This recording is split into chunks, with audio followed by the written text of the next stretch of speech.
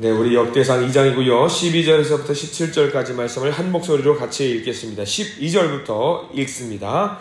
보아스는 오벳을 낳고 오벳은 이새를 낳고 이새는 맏아들 엘리압과 둘째로 아비나답과 셋째로 시므아와 넷째로 느다넬과 다섯째로 라떼와 여섯째로 오셈과 일곱째로 다윗을 낳았으며 그들의 자매는 스루야와 아비가일이라. 스루야의 아들은 아비새와 요압과 아사헬 삼형제요 아비가일은 아마사를 낳았으니 아마사의 아버지는 이스마엘 사람 예델이었더라. 아멘. 오늘 말씀 가운데 크신 은혜가 있길 간절히 소망합니다. 우리 가슴에 손을 얹으시고 기도하는 마음으로 고백할까요? 하나님의 은혜가 지금 저에게 임하기를 기도합니다. 아멘. 우리 옆사람 축복하면서 하나님의 은혜가 지금 여러분에게 임하기를 기도합니다. 아멘. 오늘 하루 복된 하루 되시길 간절히 소망합니다. 하나님의 축복이 넘치길, 하나님의 복이 넘치길 소망합니다. 자, 우리 역대상 2장 말씀입니다. 혹시 어제 역대상 1장 말씀 끝까지 한번 보신 분들 계십니까? 191명을 만나보셨는지 모르겠습니다. 오늘도 2장 만나보는데요. 오늘 2장도 변함없이 족보가 계속 쭉 나옵니다. 사람의 이름들이 등장을 하는데요. 조금 의미가 있는 2장부터는 족보 이제 이름이 나와요. 잠깐 한번 복습해 볼까요? 열왕기서와 역대기를 우리가 비교를 해보았습니다. 열왕기는 어떤 때 작성되었냐면 망하면서, 나라가 망하면서 예레미야가 작성했던 성경이라고 말씀을 드렸고요. 역대기는 좀 반대죠. 나라가 다시 이제 희망을 가운데 일어설 때에 에스라를 통해서 작성했다라는 말씀을 함께 보았습니다. 역대기가 관심하고 있는 것은 그겁니다. 이제 우리가 어떻게 살아야 될 것인가? 어떤 마음으로 살아야 될 것인가? 누구에게 도움을 구해야 될 것인가? 나의 연약함과 나의 못남에도 불구하고 내 죄에도 불구하고 그러한 나를 씻기시는 하나님, 주님의 은혜가 있는 말씀이 역대기라는 말씀입니다. 하나님의 사랑이 담겨있는 성경책이지요. 그래서 어제 1장에서는 아담에서부터 시작을 했었지요. 아담은 하나님께서 손수 지으신 하나님의 결과물이다. 하나님이 사랑하셨고 직접 만드신 백성. 70년간 포로 생활하고 돌아왔으면 자존감이 얼마나 무너졌겠습니까? 해도 안 되고 무너지고 쓰러지고 좌절하는 그 민족. 우리 손자 손녀들이 학교에서 시험을 봤는데 성적이 꽝을 받아가지고 왔어요. 얼마나 마음이 속상합니까? 그런 속상한 자녀들의 마음에 너는 왜 공부를 그것밖에 못했어? 라고 하면 자녀들이 얼마나 더 속상하겠습니까? 그런 자녀들에게 우리는 위로해 줘야 되겠죠. 너 다음엔 잘할 수 있을 거야. 힘을 내봐. 자녀들이 회사 진급에 실패했습니다. 얼마나 속상하겠습니까? 그럼 부모님들이 네가 똑바로 못해서 그런 거 아니야 라고 하면 얼마나 속상하겠습니까? 그런 자녀들에게 우리는 더 격려해 줘야 되죠. 이스라엘 백성도 마찬가지입니다. 격려를 줘야 됩니다. 응원을 줘야 되고요. 용기를 줘야 됩니다. 그 힘이 되는 말을 에스라는 하고 싶은 겁니다. 너희들이 어떤 백성인 줄 아냐? 너희들의 영적인 아버지가 어떤 분인 줄 아냐? 너희들을 직접 손수 지으시고 이 아담이 우리의 조상이다.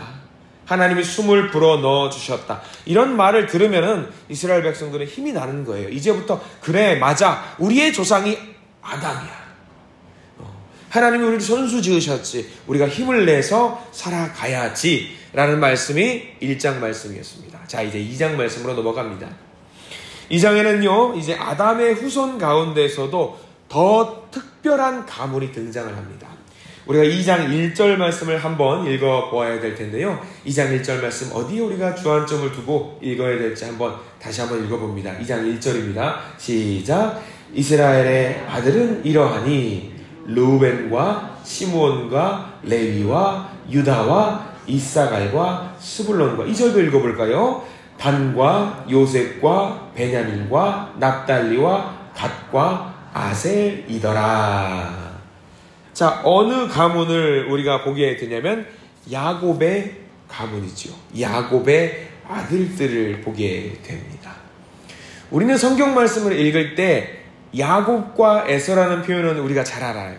그죠? 근데 2장 1절 말씀에는 야곱이라는 표현이 등장을 하지 않고 굳이 이름을 거론하는데 동그라미 표시를 반드시 해두셔야 될 것 같습니다.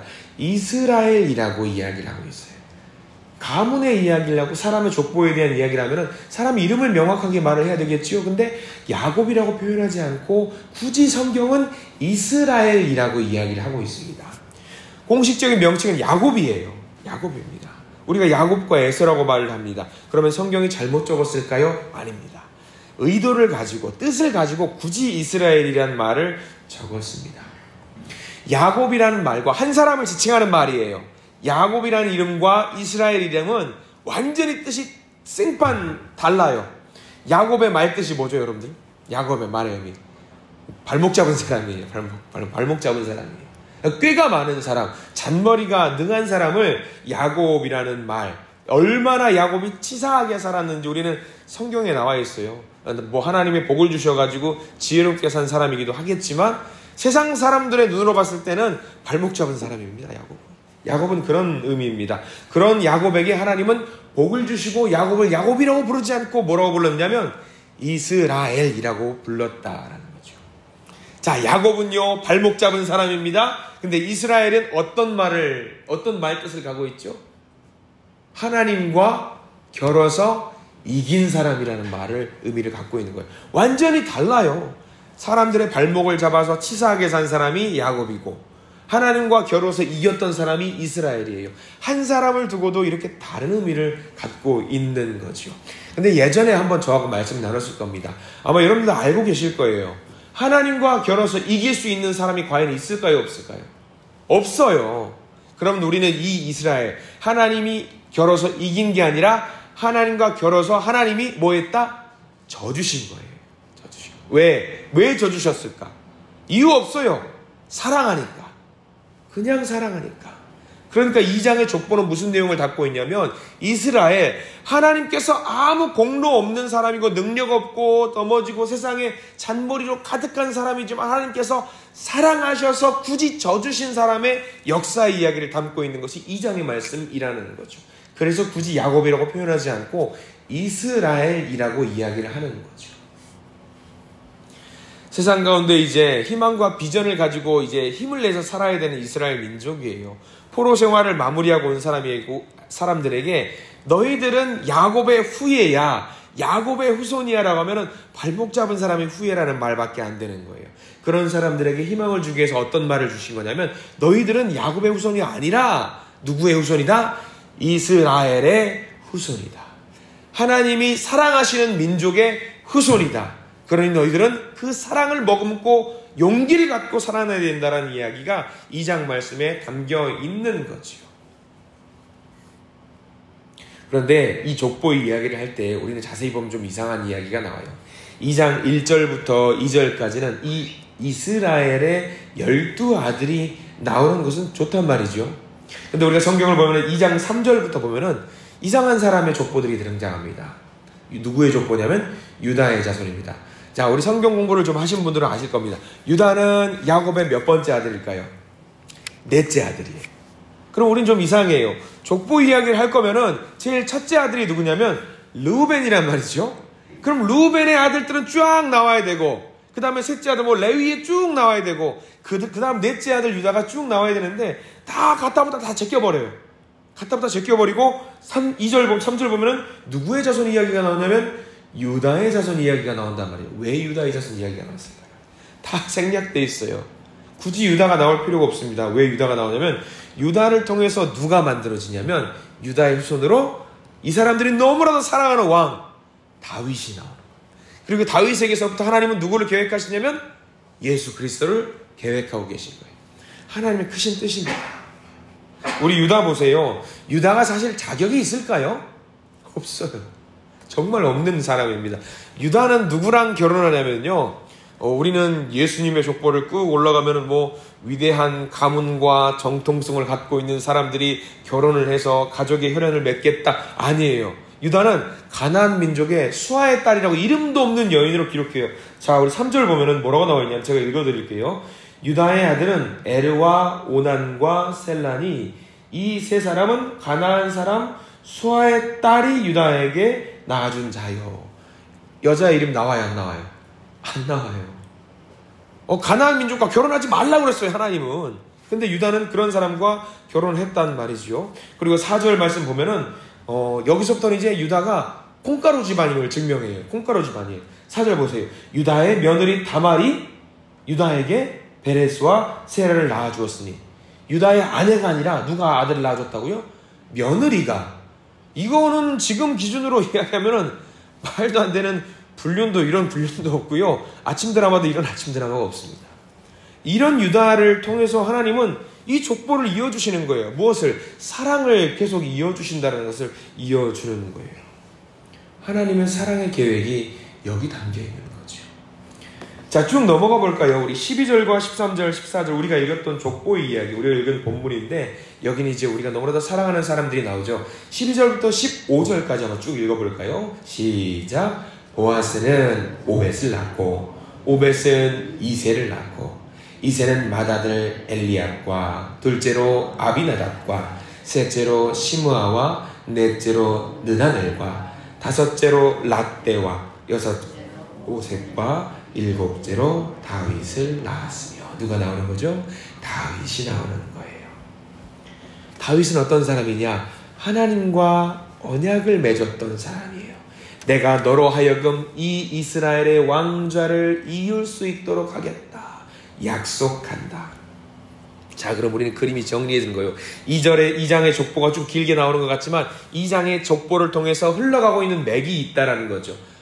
포로 생활을 끝내고 돌아온 이스라엘 민족, 한 번 실패했던 백성들에게 희망이 필요하고 용기가 필요한 거죠. 어떻게든 우리는 성전 중심으로 모여서 희망을 회복해야 된다. 어떻게든 우리는 다윗 왕의 후손이라는 것을 회복해야 된다. 그것을 심어주고 싶어 했던 것이 이제 역대상 2장의 맥이라는 거죠. 자, 이 말씀을 우리에게 주시는 이유가 무엇일까요? 먼 나라, 타국 나라, 이 사람들에 대한 복에 대한 이야기 우리가 알아서 뭐 할 거예요? 내가 알 게 뭡니까? 이 나라 민족들의 족보에 대한 이야기. 근데 이 이야기가 지금 우리에게도 적용이 되기 때문에 이 말씀을 우리에게 주신 것입니다. 여러분들 한 명 한 명 따지면은요, 여러분 혹시 족보 본 적 있는 분? 전 족보가 있습니다. 저 고향 가서 이제 아버지께서 그 족보를 이게 있으세요. 이만큼 두꺼워요. 이게 성경책 우리 그 돼 있는 것처럼 굉장히 막 이렇게 두꺼워요. 제가 한번 보려고 했더니 못 보겠더라고요. 왜? 이게 죄다 뭘로 돼 있냐면 한문으로 돼 있어요. 이게 와, 이게 쫙 돼 있으니까 아버지 이거 보십니까? 그럼 이제 제가 어렸을 때 기억나는 거, 제 아버지가 한문으로 된 성경책을 보신 적이 있었어요. 그때는 한문이 이제 많이 이제 보셨잖아요. 근데 제 고등 공부할 때만 해도 한문은 이제 없어질 거예요. 없어지기는 계속 있더만요. 근데 한문으로 본 성경책이 있었어요. 그러니까 한문으로 족보를 그때는 다 보셨던 거죠. 이 족보를 보니까 막 올라가는데 제일 첫 번째 무슨 파가 있어요. 뭐가 있는데 저는 모르겠더라고요. 아무튼 고향에 가시면 이제 아버지가 갖고 계시는데 저는 이제 남원윤 씨, 보통 이제 파평윤 씨가 많잖아요. 파평윤 씨에서 갈라진 남원윤 씨라고 하더라고요. 그래서 이제 남원윤 씨라고 해가지고 사람들이 말을 하지만 사람들은 잘 몰라요. 제가 남원윤 씨라고 해봤자 무슨 조상이 이거라고 해봤자 그 조상이 저한테 득을 준 게 있을까요? 없어요. 그러니까 세상의 족보는 그런 거죠. 그런 의미를 갖고 있습니다. 우리 집이 나름 양반 집안이라는데 제가 아무리 봐도 족보를 산 게 아닌가 그런 생각도 좀 한 번씩 한단 말이죠. 근데 우리의 능력이라는 것은요, 우리의 힘이라는 것은요, 족보에서 나오는 게 아니에요. 성경이 뭐라고 하는지 명확하게 봐요. 성경은 이스라엘 백성들의 족보에서 힘이 나온다? 아니요. 유다의 족보에서 희망이 나온다? 족보가 이렇기 때문에, 가문이 이렇기 때문에 희망이 나온다? 아니요. 하나님은 유다 민족, 세상 민족, 유다는 콩가루 민족이라니까요. 콩가루 집안이. 그럼에도 불구하고 이런 말도 안 되는 족보를 갖고 있음에도 불구하고 하나님께서 그 민족을 통해서 다윗을 세워주시고 예수를 세워주시는 이유, 내가 사랑하기 때문이다. 족보 같은 거 필요 없다. 유다의 민족이면 어때? 콩가루 집안이면 어때? 내가 이런 족보를 갖고 있으면 어때? 하나님이 하시겠다고 하시면 하시는 거야 라는 것이 오늘 역대상 2장의 말씀이라는 거죠. 유다의 가문을 통해서 다윗을 세우시고 그 가문을 통해서 예수를 허락하신다. 이 말씀을 주시는 이유, 우리는 여기서 욕심을 내야 된다라는 거죠. 왜? 나도 하나님의 언약 백성이 되고 싶다. 나도 하나님의 백성, 다윗처럼 하나님의 언약을 받는 백성이 되리라. 이 족보가 우리에게 그 의미를 주는 겁니다. 세상 사람들은 누구의 자손이면 그 족보에 따라서 명예롭게 자연스럽게 은혜를 받고 누구의 자손이면 복을 누릴 것이라고 합니다. 그러나 우리 크리스찬은 그게 아닙니다. 이 족보라는 것은, 내 이름이라는 것은요, 하나님의 은혜가 있을 때에 큰 복이 있다는 것을 명심하시기를 부탁드립니다. 때로는 이스라엘 백성들이 죄악을 범해서 포로로 끌려가도, 나라가 망해도 다시 시작할 수 있는 희망을 주십니다. 우리 믿음의 성도님들에게 하나님께서 유다에게 보여주셨던 그 선한 일이 지금 펼쳐지게 된다는 사실을 믿으시기 바랍니다. 때로는 힘이 없고 연약하고 안 될 것 같지만 용기를 내십시오. 우리 안에 착한 일을, 선한 일을 시작하신 주님께서 하나님의 때에 하나님의 방법으로 이 모든 일을 이루실 것을 믿고 나아갈 때에 우리 이름을 시작점으로 해서 우리 가정과 공동체와 교회와 민족을 바꾸는 놀라운 아름다운 일을 행하실 줄 믿습니다.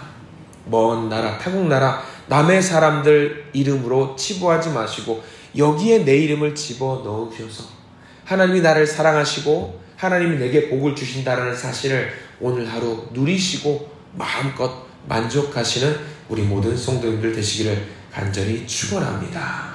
복된 하루, 기쁨의 하루를 누리시기를 간절히 소망합니다. 기도하겠습니다. 주님, 오늘 역대상 2장의 말씀을 통해서 하나님께서 어떻게 일하시는가, 연약한 인생을 통해서, 때로는 죄 많고 부족한 인생을 통해서 어떻게 하나님 그 선한 일을 이루어 가시는가 보게 됩니다. 사실 주님, 저는 이러한 족보에 낄 수 없는 인생입니다. 죄도 많고 허물도 많고 능력도 없고, 그럼에도 불구하고 우리 가운데 선한 일을 계획하시고 이미 그 일을 우리 가운데 행하시며 그 일이 이루어지는 날까지 우리를 인도하시는 주님, 우리 주님을 찬양합니다. 연약한 우리 인생입니다. 그러나 하나님을 사랑하는 인생입니다. 우리와 하나님께 맺은 그 새로운 언약을 잊지 않게 하시고 그 언약을 이루어주시는 하나님의 놀라운 은혜를 우리가 기억하며 누릴 수 있도록 인도해 주시옵소서. 주님, 우리의 조상이 누구라고 말하며 거기에 기대서 살아가는 것이 아니라, 우리 조상이 누구며 그들을 탓하는 인생이 아니라, 새로운 하나님과의 만남을 통해서 주님과의 믿음의 계보를 써내려가는 우리 모두가 될 수 있도록 인도해 주시옵소서. 오늘도 믿음으로 살게 하시고 이 믿음을 의지해서 주님 내게 주신 선한 일을 의지하며 기도하며 나아갈 때에 우리의 모든 기도의 제목이 응답받고 하나님과의 관계가 아름답게 다시 재편이 되는 우리가 되게 해 주시옵소서. 예수 그리스도 이름으로 간절히 기도드립니다. 아멘.